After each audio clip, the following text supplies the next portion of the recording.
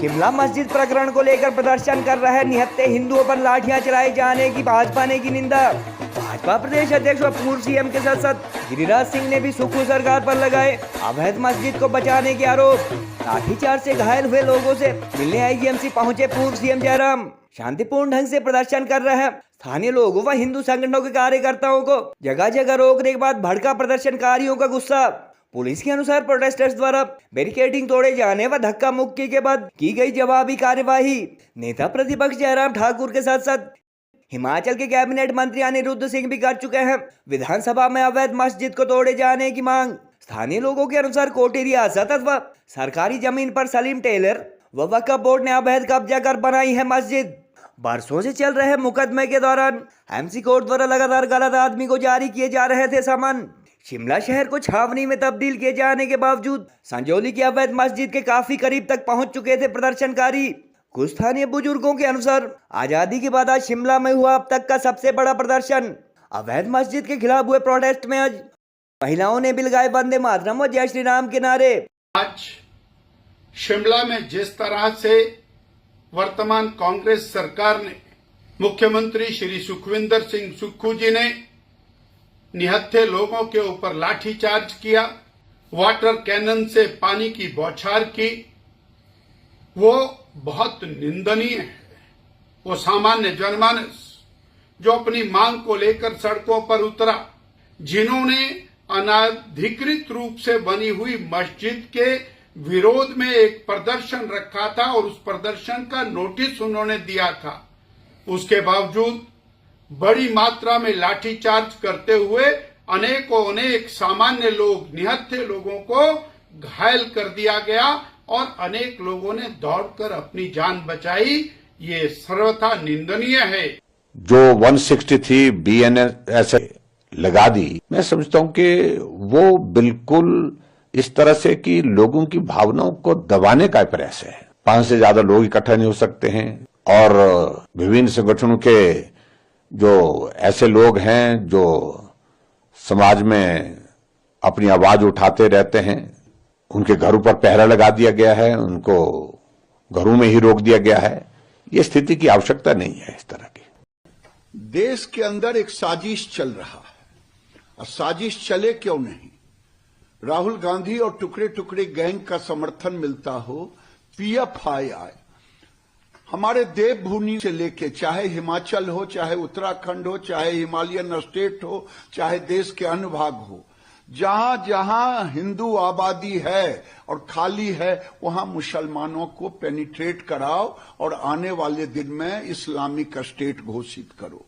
आज वही कारण है कुछ देवभूमि में अवैध मस्जिद, जिसको वहां के सरकार के मंत्री ने कहा कि अवैध रोहिंग्या और बांग्लादेशी भी हैं, ये भी गच्छे कि अवैध है मस्जिद सरकारी जमीन पर, तब तो इसको अवैध है तो अवैध को ढाह देनी चाहिए। केवल देवभूमि में ही नहीं, मैं वहां के हिंदुओं को धन्यवाद देता हूं, उन्होंने विरोध प्रकट किया। कांग्रेस की सरकार इस पे चुप है। राहुल गांधी की जुबान विदेश से गाली देने के लिए होता है, लेकिन इस पे चुप है। अब अवैध मस्जिदों को चिन्हित किया जाए, बांग्लादेश बॉर्डर पर, ये नेपाल बॉर्डर पर और देश के भीतर भी जहां जहां अवैध मस्जिदें हैं, उसको चिन्हित करके उसको ढाह देने की जरूरत है। जो स्थिति उत्पन्न हुई है, ये जो बिल्डिंग बनी है, मैं स्पष्ट करना चाहूंगा 2010 में जो है अवैध निर्माण शुरू हुआ। 2010 में शुरू करा, 2020 में पता चल रहा है कि जो व्यक्ति उस उक्त जमीन के लिए कॉरपोरेशन के पास लड़ाई लड़ रहा है, केस में पेशियों में आ रहा है, उसका तो कोई लेना देना ही नहीं है। ये तब भी नहीं मान रहे सर, ये तो प्रोक्लेम्ड ऑफेंडर जिसको बोलते हैं, इनको आदत है अफेंड करने की, मतलब गैर कानूनी काम करने की आदत है सर। 2010 से लेकर पहले 1 मंजिल बनाई, 2 मंजिल बनाई, फिर 5 मंजिल बन गई है सर, ठीक है। और अभी भी जो सर ये बाथरूम बनाई, और मैं धन्यवादी हूँ जनार्दन जी का, जिन्होंने वहां खड़े होके शौचालय तोड़ाए सर। मेरा आपसे यही अनुरोध है सर, इमीडिएटली इस बिल्डिंग को जो है ध्यान में रखते हुए अवैध जो घोषित करी गई है, क्यों इनका बिजली पानी नहीं काटा सर? जब कानून है दूसरों को तो फटाफट जो है बिजली पानी काटने के ऑर्डर कर देते हैं, इनको क्यों नहीं करे आज तक? ये मिली भगत भी है सर, ये मैं बता रहा हूँ आपको। मेरा तो धर्म भी है ये सर। वो सिंगल एक दुकान होती थी, जो जमीन का मालिकाना हक है वो तो हिमाचल प्रदेश सरकार है, उनका तो कब्जा है, इसलिए नक्शा तो कभी पास ही नहीं हो सकता उसका। 10 साल कॉर्पोरेशन जो है किसी और के साथ ही केस लड़ती रही कि उनकी जमीन है, बाद में 10 साल बाद बोलते हैं तो इसकी जमीन ही नहीं है। और अगर अवैध बनाया है, आज विधानसभा में भी क्वेश्चन इसका उठा है, माननीय मुख्यमंत्री से भी सारे संगठन मिले हैं और मुख्यमंत्री ने पूरा विश्वास दिलाया है कि इस पर जल्द ही सख्त एक्शन लिया जाएगा। और भारी भारी राज्यों से जो लोग आ रहे हैं, क्या पता वो बांग्लादेश से आ रहे हैं, रोहिंग्या मुसलमान है, या क्या पता वो पाकिस्तान से आ रहे हैं, कोई टेररिस्ट है। सीधी बात है, तो उनकी प्रॉपर मैं समझता हूँ एक इंक्वायरी होनी चाहिए। अगर 6,000 7,000 स्क्वायर फीट बार बार कागजों में आ रहा है, रिटर्न आ रहा है उनका, तो जो जवाब आ रहा है मैंने पढ़ के भी सुनाया है, मेरे पास है, हाउस में मैंने लेके आया है। अगर बार बार जो है आ रहा है कि ये तो अवैध है तो गिराओ। मेरा बड़ा स्पष्ट मानना है कि वो अवैध है तो उसको हटाना ही चाहिए, और ये परिस्थिति हिमाचल प्रदेश में बिल्कुल भी जो है वो बर्दाश्त नहीं की जा सकती है कि अवैध तरीके से इस प्रकार से मस्जिद का निर्माण किया जाए और उसके बाद फिर झगड़ा भी किया जाए ऊपर।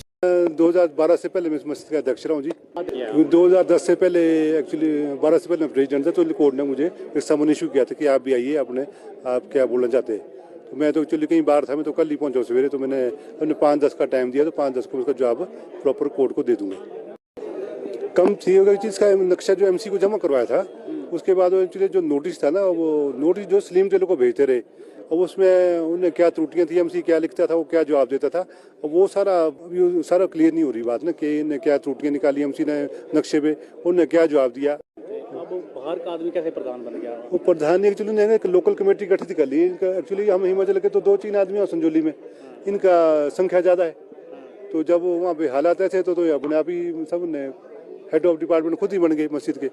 हिमाचल की राजधानी शिमला के संजौली में मौजूद अवैध मस्जिद को गिराने की मांग को लेकर प्रदर्शन कर रहे स्थानीय लोगों, आसपास के ग्रामीणों पर निहत्थे हिंदू संगठनों के कार्यकर्ताओं पर पुलिस द्वारा लाठीचार्ज किए जाने तथा वाटर कैनन के इस्तेमाल की प्रदेश व देश के विभिन्न हिस्सों के भाजपा नेताओं ने कड़ी निंदा की।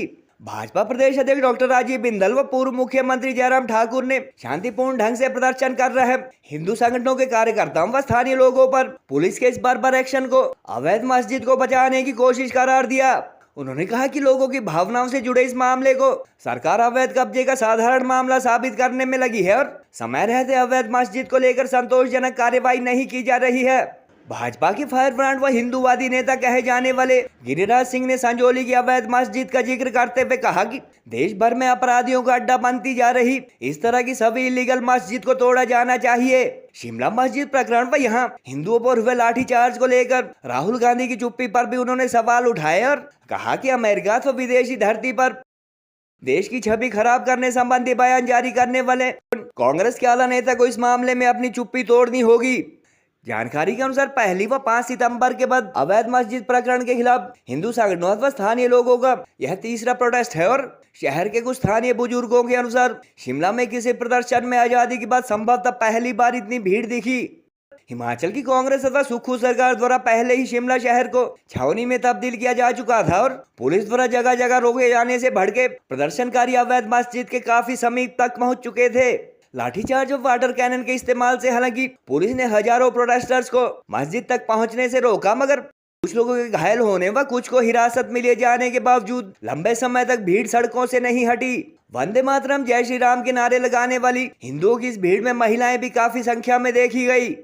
स्थानीय लोगों के अनुसार मस्जिद वाली जगह दरअसल कोठी रियासत की जमीन थी जिसे आजादी के बाद सरकार ने कब्जे में ले लिया था और सलीम दर्जी व वक्फ बोर्ड ने यहाँ अवैध कब्जा कर पहले 1 मंजिला दुकान अथवा मकान बनाया था जिसे बाद में 5 मंजिला अवैध मस्जिद में तब्दील कर दिया गया। लाठीचार्ज में घायल हुए लोगों को जहां प्रदर्शनकारी खुद कंधे पर उठाकर हॉस्पिटल पहुंचाते देखे गए, वहीं बाद में नेता प्रतिपक्ष एवं पूर्व सीएम जयराम ठाकुर भी घायलों से मिलने आईजीएमसी पहुंचे। गौरतलब है कि नेता प्रतिपक्ष जयराम ठाकुर के साथ साथ शिमला जिला से ही संबंध रखने वाले सुक्खू सरकार के कैबिनेट मिनिस्टर अनिरुद्ध सिंह भी विधानसभा में इस अवैध मस्जिद को तोड़ने की मांग सरकार से कर चुके हैं और हिमाचल में रोहिंग्याओं की संख्या बढ़ने का मुद्दा भी उन्होंने उठाया था। मामला तूल पकड़ने व आज प्रदर्शनकारियों पर लाठीचार्ज के बाद से पिछले प्रदर्शन में मौजूद रहे अनिरुद्ध सिंह आज मीडिया व प्रदर्शनकारियों के सामने नहीं आए और इसका मुख्य कारण कांग्रेस अथवा प्रदेश सरकार द्वारा उन पर अवैध मस्जिद प्रकरण को लेकर चुप रहने के लिए दबाव बनाना कुछ प्रदर्शनकारी बता रहे हैं। 1947 से पहले जो एमसी कमिश्नर भूपेंद्र कुमार रतनी ने भी बात बोली कि ये जो जगह है ये वक्फ बोर्ड की है।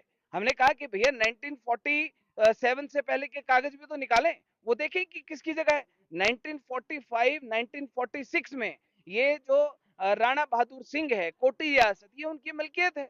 उसके बाद ये जगह गई अस्थाई सरकार को, अस्थाई सरकार के बाद ये जगह गई स्थाई सरकार को, और इसके ऊपर अहले मुस्लिम का मतलब होता है मुस्लिम धर्म, वो कब्जाधारी है। जो 163 BNS लगा दी, मैं समझता हूं कि वो बिल्कुल इस तरह से कि लोगों की भावनाओं को दबाने का प्रयास है। 5 से ज्यादा लोग इकट्ठा नहीं हो सकते हैं, और विभिन्न संगठनों के ऐसे लोग हैं जो समाज में अपनी आवाज उठाते रहते हैं। उनके घरों पर पहरा लगा दिया गया है, उनको घरों में ही रोक दिया गया है। ये स्थिति की आवश्यकता नहीं है। इस तरह निश्चित रूप से प्रयास करिए कि इस काम का, इस समस्या का समाधान जल्दी से हो सके, और जिस तरह से सरकार दबाव डाल करके कोशिश करने की फिराक में लग रही है, इस सारे मामले को रफा दफा करने की कोशिश कर रही है, वो उचित नहीं होगा। ये मामला अलग तरह का है जिसमें लोगों की भावनाएं जुड़ी हैं, जन भावनाएं जुड़ी हैं, और इस मामले को उन सारे मामलों के साथ जोड़ना उचित नहीं होगा। गोल्ड कड़ा या टेम्पर ज्वेलरी लेना चाहते हो तो ये है बेस्ट ऑप्शन। हिमाचल का popular jewellery brand Bhushan jewellers कड़ों की कलेक्शन में टेम्पर ज्वेलरी, शीट कड़ा, मीना वर्क गोल्ड कड़ा, गेरू कड़ा, ऑक्सीडाइज्ड गोल्ड कड़ा, बैंगल्स जैसी widest collection lowest making charges के साथ आपको बेस्ट प्राइसिंग में दे रहा है। तो अगर आप भी चाहते हैं गोल्ड कड़ा या टेम्पर ज्वेलरी खरीदना तो जरूर विजिट कीजिए भूषण ज्वेलर्स, लोअर बाजार, सोलन।